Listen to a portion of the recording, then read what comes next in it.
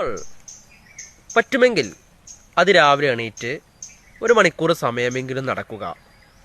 ഈ നടത്തം എന്ന് പറയുന്നത് നമ്മുടെ ശാരീരികമായ ആരോഗ്യം നിലനിർത്തുക എന്നത് മാത്രമല്ല, മാനസികമായ ആരോഗ്യം നിലനിർത്തുക എന്നതുകൂടിയുണ്ട്.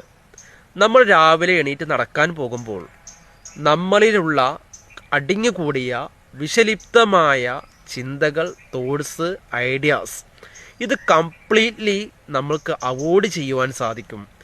ആ ഒരു ഭാഗത്ത് നമുക്ക് കറക്റ്റായ ചിന്തകൾ, സെൻസിറ്റീവായ ചിന്തകൾ, അതായത് കോൺഫിഡൻസ് ആയിട്ടുള്ള തോട്ട്സുകൾ, അതുപോലെ തന്നെ നമുക്ക് കറേജസ് അല്ലെ, ധൈര്യപരമായിട്ടുള്ള എന്താ പറയുക വേർഡ്സ്, വാക്കുകളൊക്കെ നമുക്ക് ആ ഒരു ഭാഗത്ത് ഇങ്ങനെ ഫുൾഫില്ലായിക്കൊണ്ടിരിക്കും അല്ലേ.